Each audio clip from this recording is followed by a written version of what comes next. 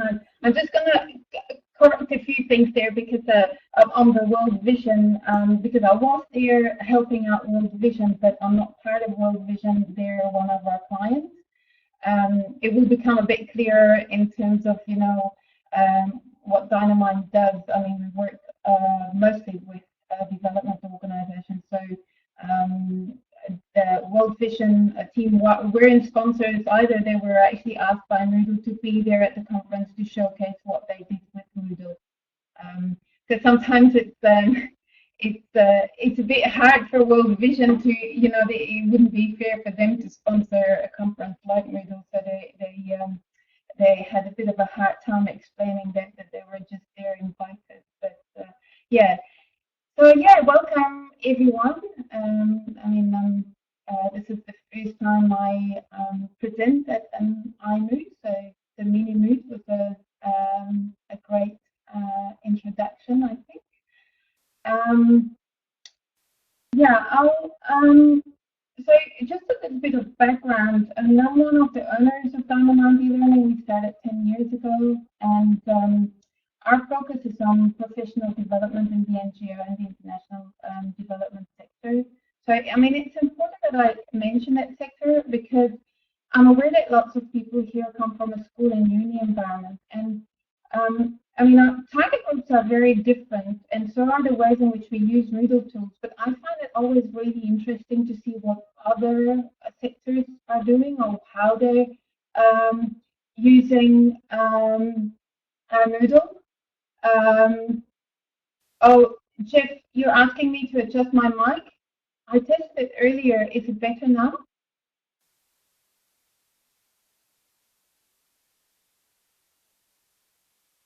Yeah, I'll just leave that. So, yeah, back to those target groups. I think it's really important to just know that background. Could I ask just in the chat box, just by interest, where other people are coming from, what sectors they're working with? I kind of like to know just a few.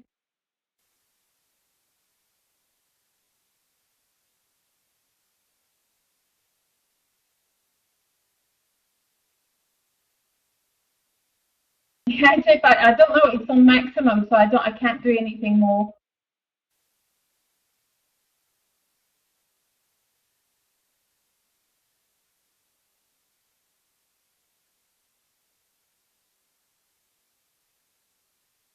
Shall I go ahead, or do I have to do anything now with the mic? Hi, Anouk, it's Wendy.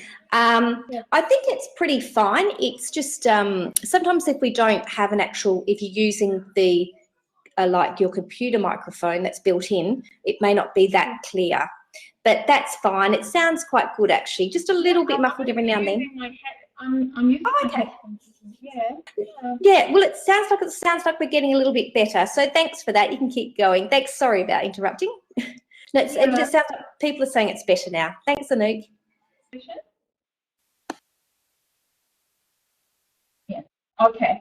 Well. All right.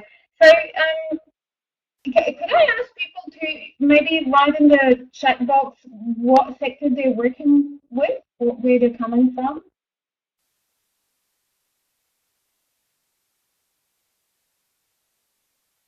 Wendy, have we started recording?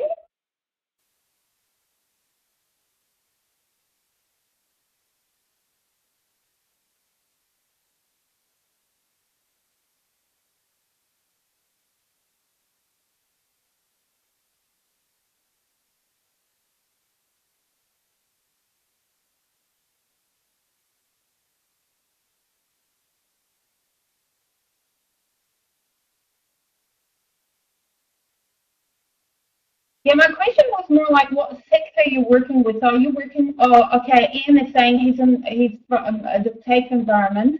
I'd just like to know whether you work with universities or with the corporate sector or with the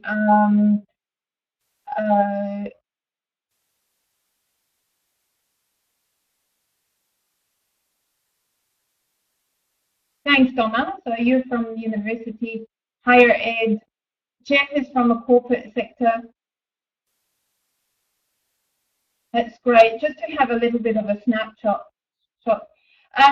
Wendy, can I just ask you? I had the impression I had started my presentation, but then we were still testing mics. Or has it already started? I got a bit confused there. Thanks, Kim and Celine. It's really good to know. And Maureen from. Yeah, thanks, Anouk. I guess I did actually. I started recording just after I introduced you. Oh, okay, good. So we're all good to go. Yeah, good to go. Okay, good. All right. So, yeah, thanks everyone to just give me that little bit of background. So I think it's important that I explain that I come from the NGO background and international development sector, because we're doing things a little bit different. One thing, for example, we never grade, because that wouldn't be appropriate, and we're also really focused on professional development. So we're very much focused on groups of people who have quite a bit of experience already in what they're doing, and we're upskilling them in very specific subjects. So it's very important in the stuff that we do. I'm just going to click that. It's very important in what we do that we adapt to that particular target group, and for us, collaboration is really a key element of that. It doesn't make sense to just bombard people who have been working in child protection for the past 20 years or even 10 years to just bombard them with more information. That's not what they want. They want to solve problems in teams, collaboratively, etc. What's also typical for our sector is that all these subjects we're working on, they don't have right and wrong answers. So we're not into maths or science or more the things that you find at school level. So not at all. And also in our environment, the context and the learner's voices are really important. So anyone who would join an online course in that sector will want to actually share the vast experience they have and actually build on that. And we need to build that in our activities. Very often we're asked by our clients to transform what they call participatory face-to-face workshops. So that's very interactive face-to-face workshops. So not kind of the lecture model at all. And so it's really, that was our challenge when we started 10 years ago, is to find a way to bring these really highly participatory and interactive face-to-face workshops online, and to find a way to keep the magic, as it were. So that's where we're coming from, and collaboration is really a big part of that. Now, the most common approach to supporting groups of learners online is to provide. I mean, the most common approach out there, and I see that a lot in universities and higher ed in general, is to provide content and then add a discussion forum or a wiki or some other collaborative tool to support collaboration. And I think that it's a really common misunderstanding that difference. What is collaboration? And I think the thing we really have to get right here is the difference between cooperation and collaboration. And I think it's really important that we just stop and think about that first before I go into the ins and outs of a good team task, because a good team task requires collaboration and not cooperation. So let's just go over that difference first.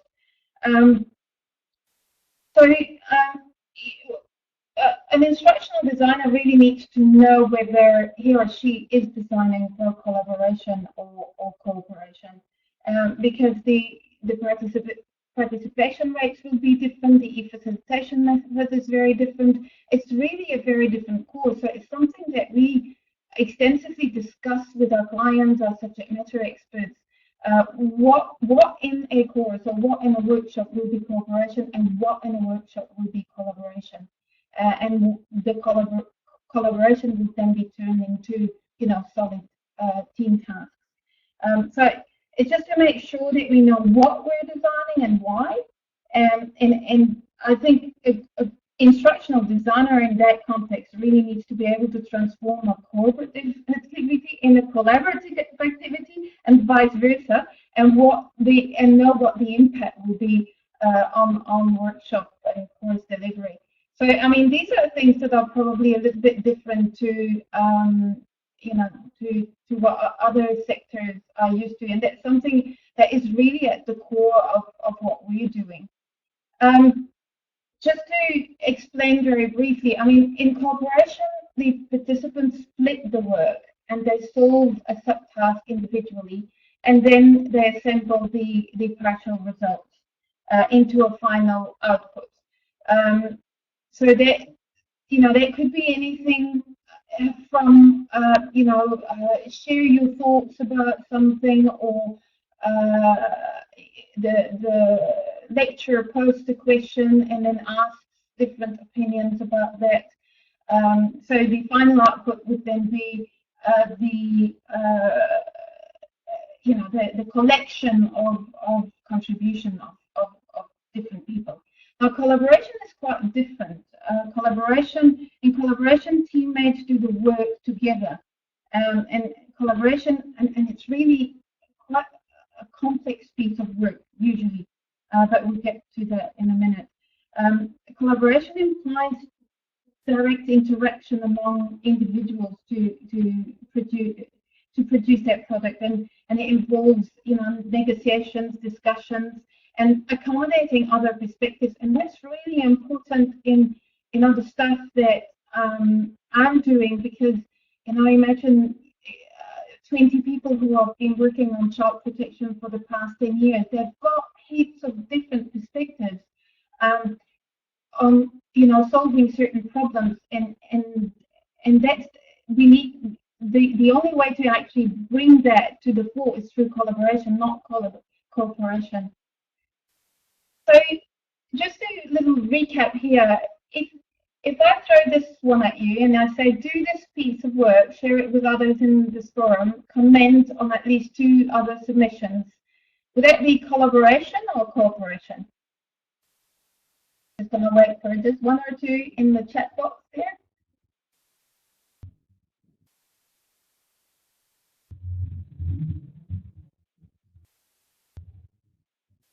Yeah, that's right.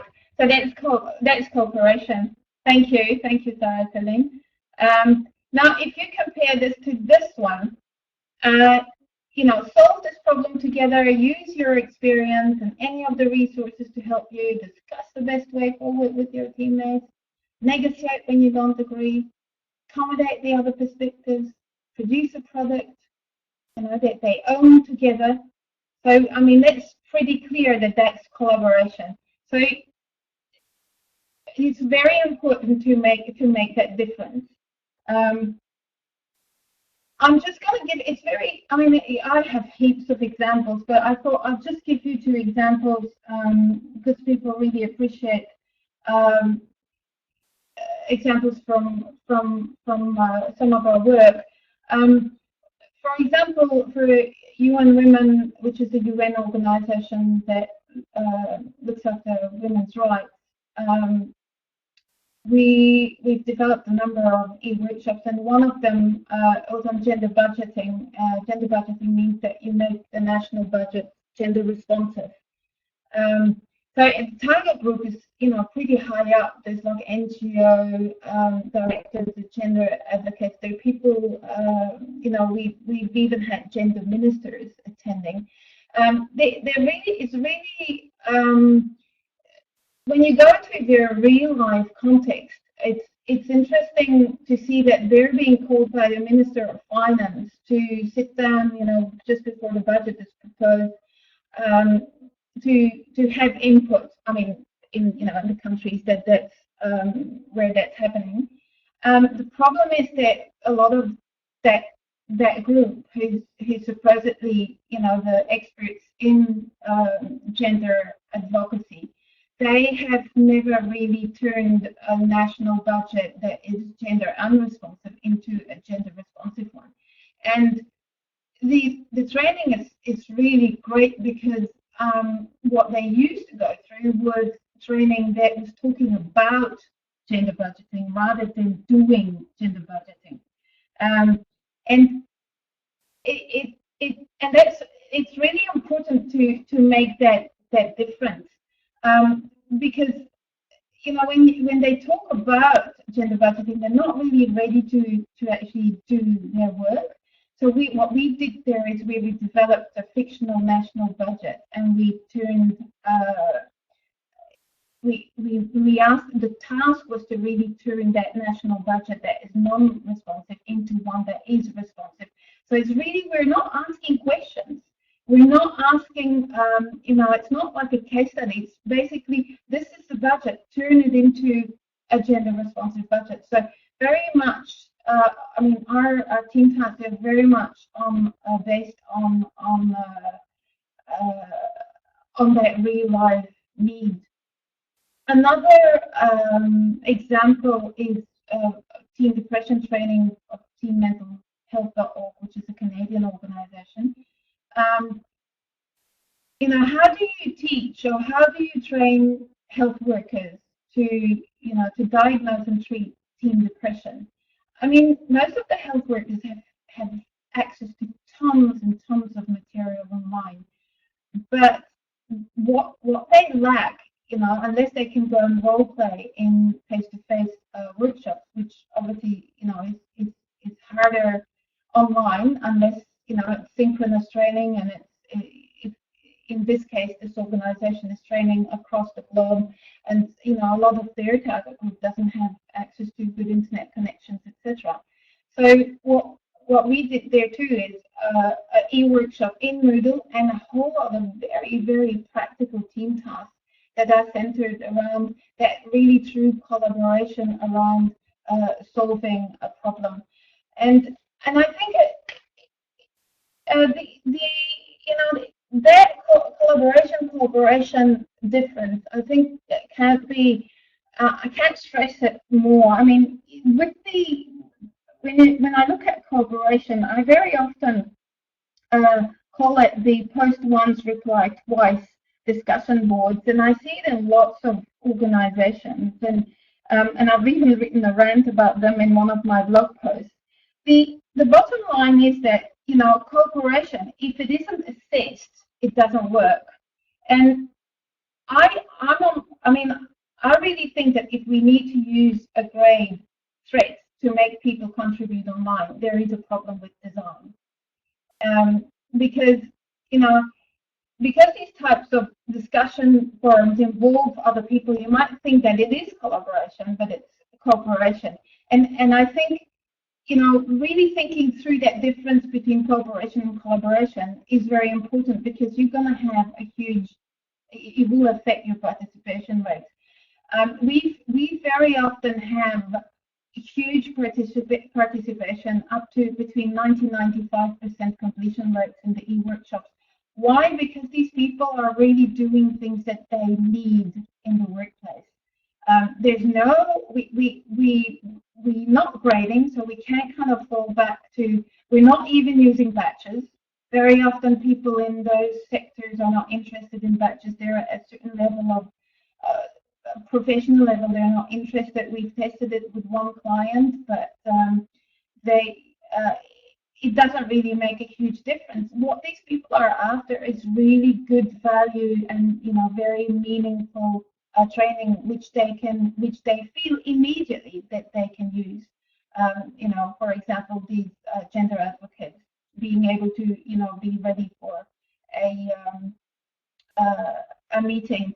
That's a huge incentive. In this case, for example, with the teen mental health workshop, for health workers to be much better placed to do their work, and to work on a very smart collaborative activity that's just huge value. So we don't really have problems with completion or participation, because our focus really has to be on really good design. So that was just a bit of an introduction to, I'll get into the team, the whole process of how to design team tasks. So that just to make sure that I provide that context, I think it's really important to mention that we need to be sure that we're designing for true collaboration, not cooperation, and that we apply problem-based learning principles. Now, I'm throwing this problem-based learning principles in here, but I know it's a bit complex because in some university contexts, problem-based learning doesn't mean the same as what I mean by problem-based learning. So just very briefly, in some university contexts, some problem-based learning means that you could actually talk about a problem instead of solving it. What I mean by problem-based learning in my context is that we ask people to solve problems always. They need to focus on the solution. So I just wanted to mention that too. Sometimes complicated when you have to get some definitions right first before, or at least explain what it means to us. So that brings us to the process I wanted to share here of how we actually go about that, designing our team tasks. Well, like I explained with the UN Women example, I mean, we spend tons and tons of time designing those problems. That's like where we spend most time on, much longer than on content or anything else. I run a course that helps people design e-workshops, and it's a 10-week, 100-hour course. And I just had a message yesterday from someone. I can't believe I spent 25 hours on my team task, and I feel I'm still nowhere. And that's just what it is. I mean, we spend a lot of time on designing these complex problems but we would have like perhaps 2, maximum 3 of really, main team tasks that form the backbone of an e-workshop. So obviously that's where the time needs to go, and that's what keeps the people in there. That's what's most inspiring. So where do we start? We obviously designing the problem is a huge problem. It's a huge challenge. So we start by getting inspiration from real life. So we spend a lot of time with people who do those jobs. Not only the subject matter experts. I mean, sometimes subject matter experts are the ones who train, but are sometimes a little bit removed from job reality. So it's up to us instructional designers to find out what's happening in the offices, in the jobs. So I mean, we really go out of our way to find messy and tough problems that people face in the workplace. The initial interviews are always like, what do people struggle most with? Why is that? What is actually the stumbling block exactly? And then we build scenarios. We kind of start building stories around, what we get, and then it's a lot of back and forth around building those problems. Because the focus of the task really has to be on doing and not talking about. So we kind of work towards a solution, and then we kind of work our way back. And what are the participants going to do in that workshop? And the focus is really on doing. What are they going to do to solve the problem, and how is that related to what they need to do in real life? How is that going to help them do their job better? So some people think like, oh, it's like a case study. It's not at all like a case study. Case study is very typical, and I'm sure you're familiar with case studies as story and then answering questions. In this case, we're not asking people to answer questions. We're asking people to solve a problem. They'll ask plenty questions while they're solving the problem, but we make them ask the questions. So I mean, it's quite different. It's quite different approach. I find that online problem-based learning works much better than case-based learning, because problem-based learning is a total approach rather than a method. And I mean, to me, it's much closer. I mean, it provides a much better fit with adult learning principles. In that process, I mean, I do number one, number two, but it's very iterative. We define a clear real-life deliverable. In the first example I gave there with the UN Women group, it was clearly you've got a budget, turn it into a better budget. The second example, you've got a script, turn it into a better script. And it's basically, our main question is always, what are the tangibles produced at work? Is it, what are these people producing? What are the things that they can really touch? So not the talking about again, it's like the things they produce. And then we kind of work back from it. So what we never do is come up with assignments that have a course flavor.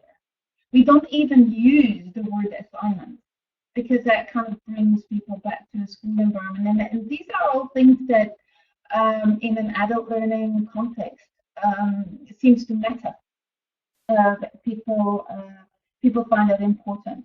So, I mean, what are examples? I mean, an email would be a good deliverable, or a plan, or craft, a checklist, or a prepare a presentation, or what else have we had?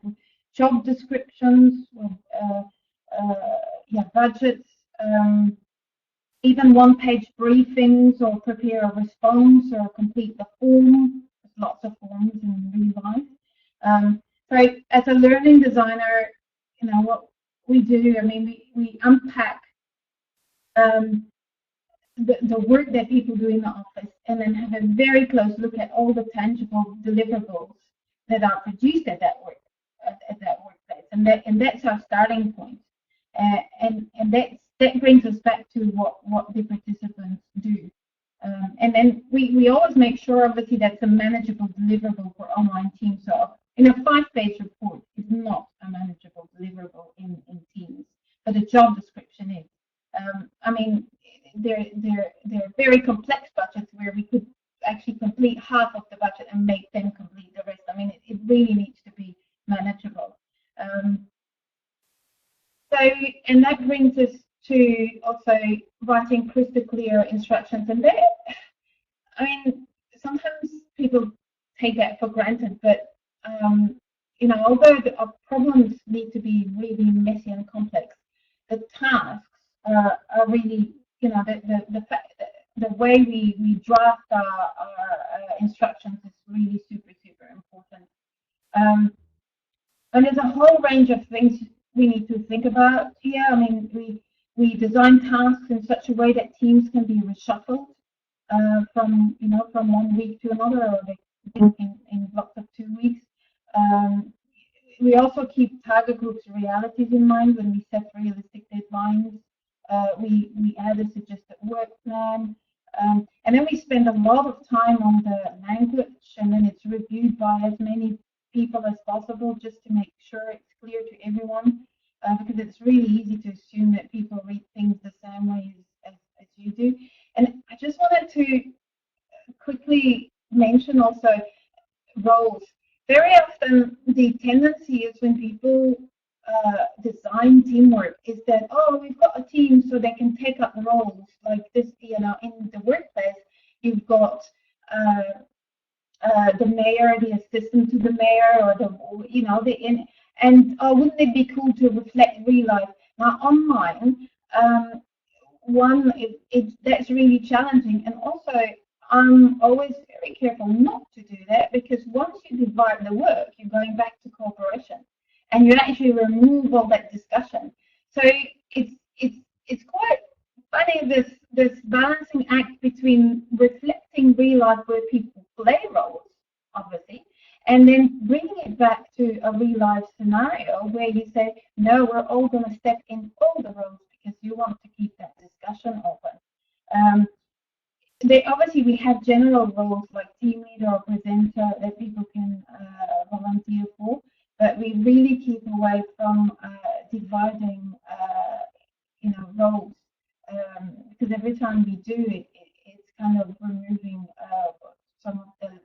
layers of depth that we achieve through collaboration. And then, yeah, use the right collaborative tools. That's another one. You know, sometimes I see that for a collaborative task, people would just put in a wiki and that's it. And then participants would then just add their thoughts in the wiki or complete whatever deliverable is set up in the wiki and get on with it.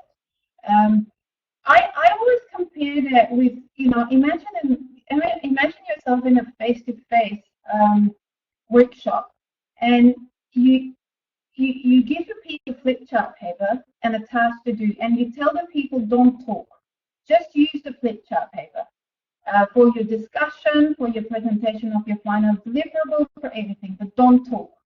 I mean, that would take you just a few minutes to make a total mess of it. And to actually provide only a wiki, I think that's exactly the same. And I mean, wikis are very much like flip chart papers. And when you observe teams doing collaborative work in face-to-face, there's a whole lot of discussion going on before people write down stuff on the flip chart paper. And I think we have to really keep that in mind online too. I think there's a real tendency to say, oh, wiki is a collaborative tool. Let's put a few wikis on there. They can sort their work out in there. Well, that doesn't work. The other challenge I find is that in wikis, there's very little critical challenging and negotiation between people. I mean, people don't tend to change other people's work. It makes them really uneasy, or I mean, even if they really disagree. Whereas if you raise a point in a discussion, and some teammates don't agree, they'll find the right words to gently challenge you, like I wonder, or you know, and that's where you achieve depth. Once people kind of put stuff into a wiki, it's very funny how kind of that puts a whole lot of people on the back feet, and they're not quite keen to challenge that because, you know, oh, it's already in the wiki, I'm not going to be too difficult about it. So in a lot of workshops that we do, we can't lose that depth. So we have to be really careful with the type of collaborative tools or the combination of collaborative tools we use to ensure that there's enough space for people to have those negotiations and to have those discussions. So very often, if we use a wiki, we always have a discussion forum as well. And it's all about, you know, coming up with the or drafting the right set of instructions to make that work. So I mean, it's one of those examples where, you know, where an inappropriate use of tools really does affect whether, you know, teamwork works or doesn't work. Next, yeah, we always draft a team task guide for the facilitators because of the complexity of our team tasks. I mean, I'm saying complexity when for the people who are actually doing it, it shouldn't be complex. For us designers, it's very complex to actually design them. So for an e-facilitator to step in and facilitate these workshops with teamwork, we always find it important that we give them a guide of, you know, what our thinking was behind the design, and some ideas around feedback strategy, and some of the key points that can be used in the woven feedback. And I just wanted to mention very briefly too, I'm not sure how familiar you are with those terms, but in collaborative work online, it's really important that your facilitators know how to weave feedback, because woven feedback is one of the, you know, it's just the best feedback strategy for collaborative work online. Now, what isn't, I mean, if you're interested in knowing a bit more about this, I mean, you can, I wrote at least one blog post in the past about weaving feedback. So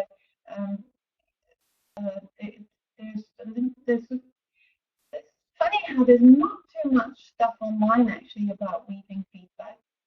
Julie Salmon introduced it about 15 years ago, I think.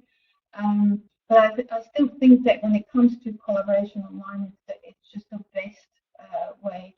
So, once those courses are designed, just make sure that, the feedback is aligned with the way your tasks are designed, because otherwise, people would be so frustrated if they spend like hours and hours on solving a problem, and then all they get from the e-facilitators is well done, now move on.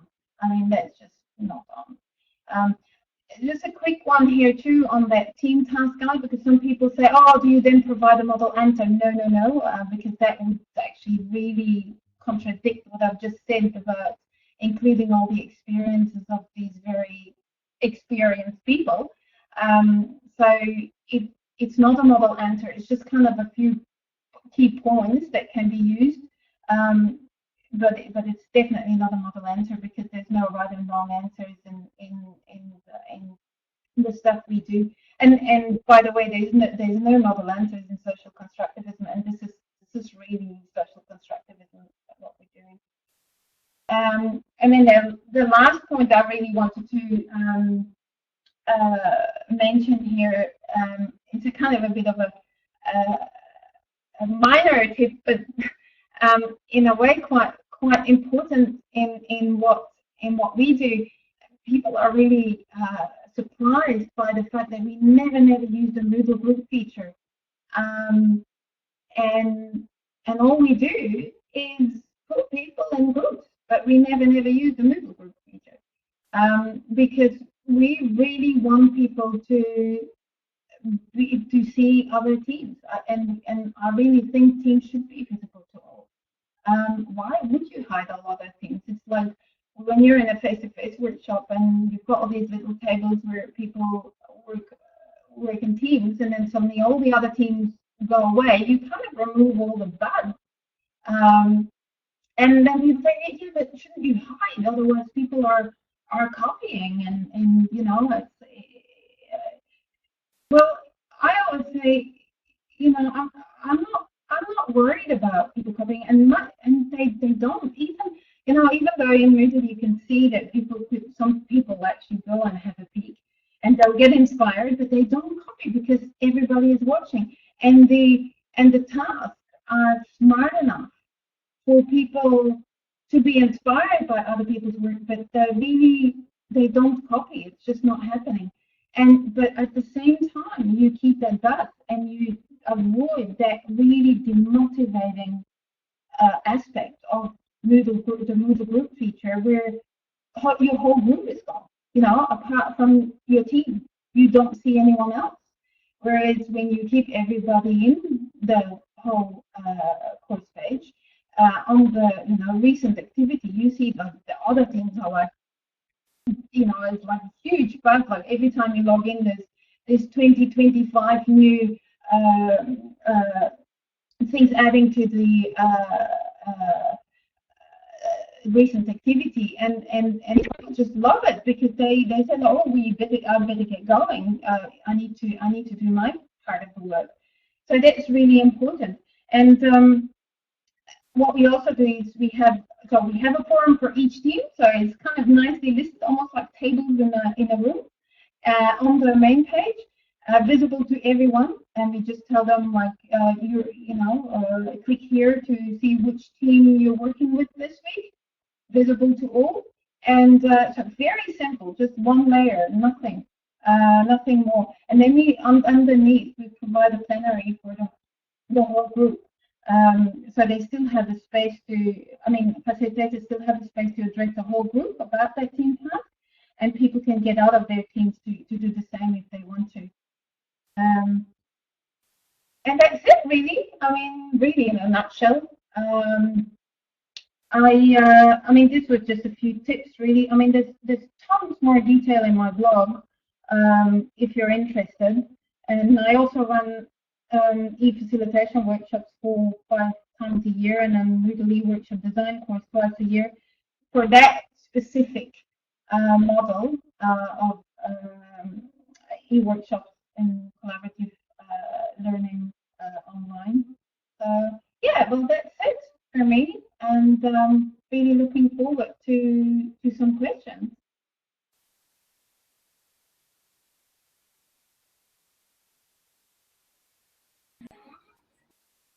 Just while we've got a couple of minutes free, I just really want to thank you, Anouk, for coming along as your on your first presentation you've done for iMoot. So thank you so much. But we've still got just 3 or 4 minutes left if you have any questions for Anouk before we have to disappear. Thank you.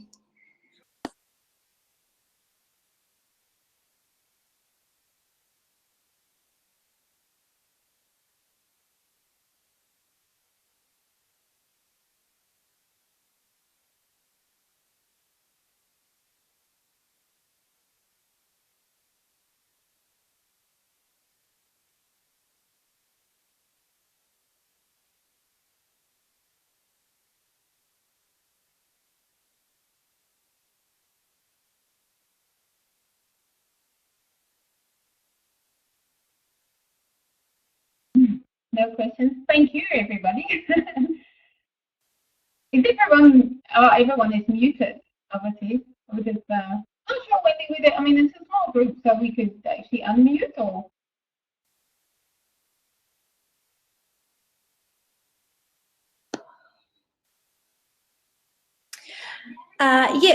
Some people have elected when they first come in not to to be listen only. So unfortunately, most people haven't chosen that option.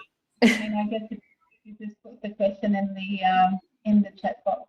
Yeah, Maureen, that's great. The plenary discussion forum. Yeah, I know it's. We add it to every single week where there's team tasks. We have the plenary as well. Yeah, with the chat forum, it's not the same because it's synchronous. Whereas the plenary, we do very little synchronous work because of the depth and the complexity of our topics, and also because of the target group are very often very busy professionals, and they really want to have access whenever they can. So asynchronous is really a model that works very well for them.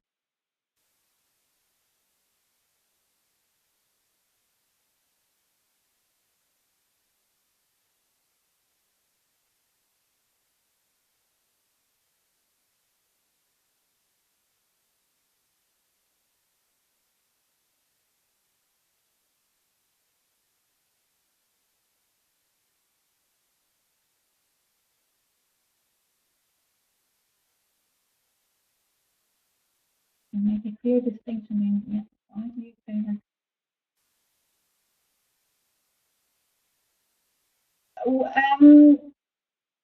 Cooperative tasks less engaging? Yes, they are, because it's not cooperative tasks. Cooperative, I'm gonna say cooperative tasks are more like share your thoughts about, and that's the first start. Very often the first start, but it doesn't really go deep in terms of if I ask, for example, share your thoughts about e-learning, or share your thoughts about Moodle. We'll all have like our bits and pieces of opinion, but we're not solving problems together. So where the our target groups are really interested in is, I mean, it's not really the conversation but more the solving of the problems. They'll have the conversation. It's more like the discussion is a means to an end, but it's not an end in itself. Does that make sense? And cooperation is very often focused on having the discussion as an end rather than a means to an end. And that's why I favor collaboration, true collaboration, because it goes much deeper than cooperation.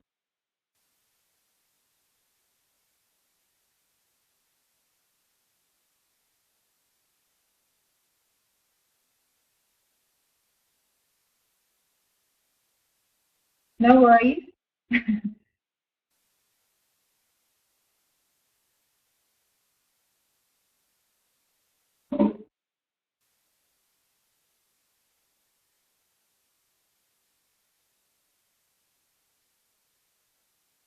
I think Wendy gets it looks like, or do we still leave it a few more minutes there for more questions? Or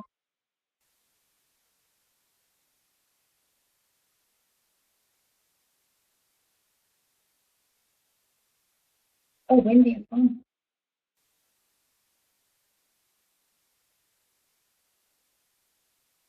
Are there any further questions or?